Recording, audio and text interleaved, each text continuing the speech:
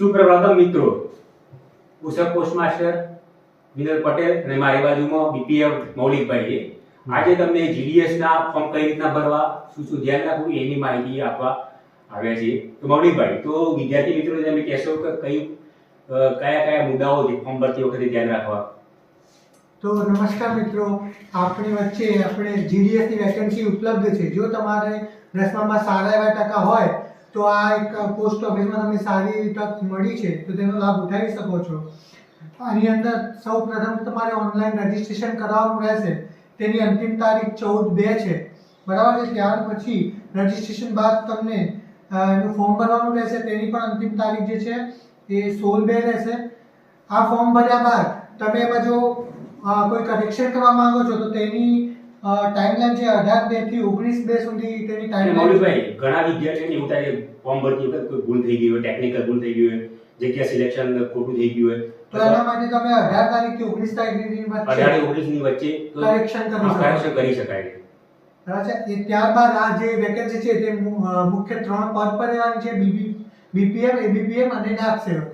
તો આપની અનુકૂળતા મુજબ જે પણ જગ્યા ખાલી હોય અને આપને જે પણ અનુકૂળતા હોય તે મુજબ આપ તેનું સિલેક્શન કરી શકો છો. મૌલિકભાઈ, વધારે પગાર સામો હોય છે એ તમે માહિતી આપો તો એ લોકોને સિલેક્શન કરવામાં સરળતા રહે.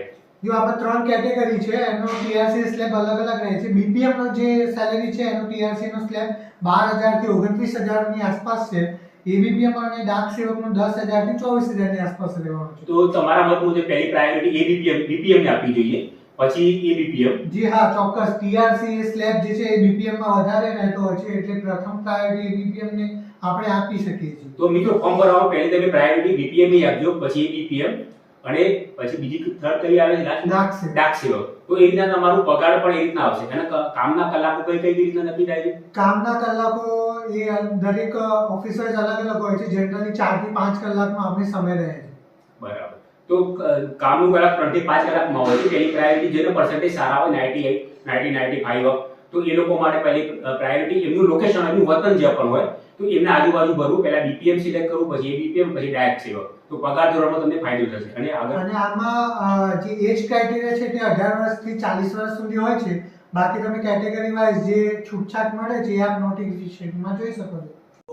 મિત્રો, હવે બીજી બાબતની ધ્યાન રાખવાની, જિલ્લા કયા સિલેક્ટ કરવા. તો જિલ્લા સિલેક્ટ કરવા માટે કયા જિલ્લામાં કયા વધારે વેકન્સી છે, તો તમે એની થોડી માહિતી આપશો? તો ટોટલ આપણે ગુજરાતમાં 1830 વેકેન્સી છે. એમાં મુખ્યત્વે કેટલા જિલ્લાઓ છે જેમાં વધારે પડતી વેકેન્સી છે, તો હું આપને જણાવું કે બનાસકાંઠામાં 131 વેકેન્સી છે, ગાંધીનગરમાં 146 વેકેન્સી છે, કચ્છમાં 141 વેકેન્સી છે, વડોદરા ઈસ્ટમાં 81 છે, બારડોલીમાં 109 છે, ભરૂચમાં 119 છે, અમરેલીમાં 98 છે અને સાબરકાંઠામાં 87 વેકેન્સી છે, જામનગરમાં 85 વેકેન્સી છે અને સુરેન્દ્રનગરમાં 78 વેકેન્સી છે.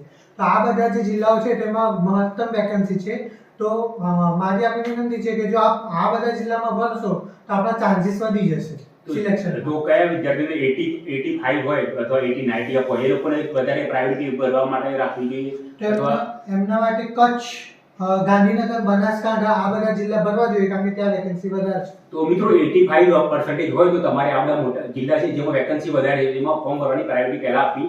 તો મિત્રો, તમને આ માહિતી ઇન્ફોર્મેટિવ લાગી હોય તો અમારી ચેનલને લાઈક, શેર અને સબસ્ક્રાઇબ કરો અને વધુ માહિતી માટે મારી ચેનલ જોતા રહો. અને મારા પેજ અને ચેનલ બંનેને ફોલો કરો. નમસ્કાર.